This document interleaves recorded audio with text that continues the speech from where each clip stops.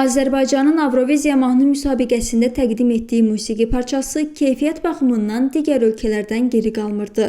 Lakin Avropanın Azərbaycana olan siyasi münasibəti nəticələrə birbaşa təsir göstərdi. Əməkdar incəsənət xadimi, bəstəkar Cavanşir Quliyev bunu Today Press-ə danışarkən bildirib. Onun sözlərinə görə, ölkəmiz Qarabağı geri alandan sonra bir sıra Avropa ölkələri bizə qarşı hər sahədə mövqe alıblar. Stat: Müşahidələrim göstərir ki, Azərbaycan bu müsabiqədə tutduğu yerlərdən daha yuxarı pillələrdə olmalı idi. Təəssüf ki, Avropa son illərdə obyektivlikdən xeyli uzaqlaşıb. Statın sonu. Cavanşir Quliyev hesab edir ki, Azərbaycan bu cür platformalarda əsas məqsəd kimi yer tutmağı yox, milli musiqinin tanıdılmasını qarşıya qoymalıdır. Stat: Biz Avropada bir yer uğrunda mübarizə aparmamalıyıq. Əsas məqsədimiz öz milli musiqimizi müasir üslubda təqdim etməklə tanıtmaq olmalıdır. Hindistan musiqiləri filmləri ilə tanınıb. İndo musiqi harda çalınsa, hamı bilir ki, bu hindlilərə məxsusdur. Bizə 3-5 dəqiqəlik çıxış imkanı verirlər. Bu ölkəmizin mədəniyyətini təbliğ etmək üçün nadir fürsətdir.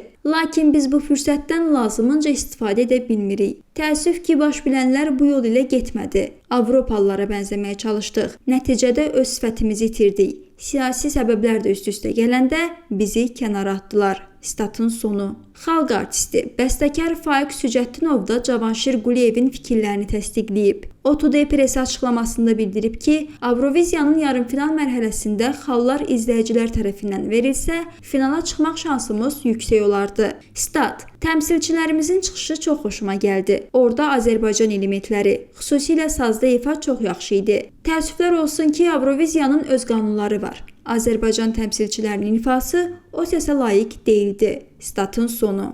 Qeyd edək ki, Avroviziya 2025-in ilk yarımfinal mərhələsi keçirilib. Müsabiqədə 10 nömrə altında Ramvidyu mahnısı ilə çıxış edən Azərbaycan təmsilçisi Mamaqama qrupu müsabiqənin ilk yarımfinal mərhələsində mübarizəni dayandırıb. Türkan İskəndərli, Today Press.